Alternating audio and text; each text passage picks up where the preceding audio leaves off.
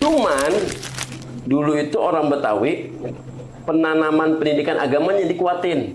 Pendidikan yang pokok yang benar-benar diterapkan oleh orang tua kita zaman dulu itu. Lulus itu bukan akhir dari segalanya. Pendidikan itu minal mahdi ilal lahdi.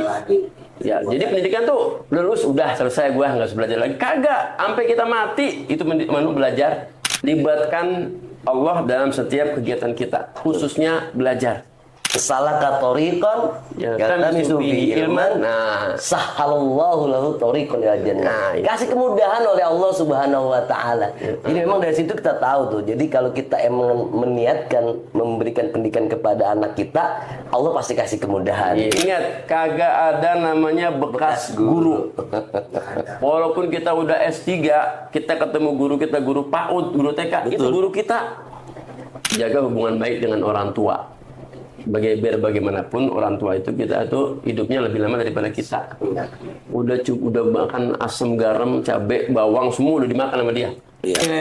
Jalan-jalan ke jembatan 5. Cakep. Ya, beli emas 24 karat. Cakep. Kalau kita prioritaskan pendidikan agama, insya Allah selamat dunia akhirat. Masya Allah.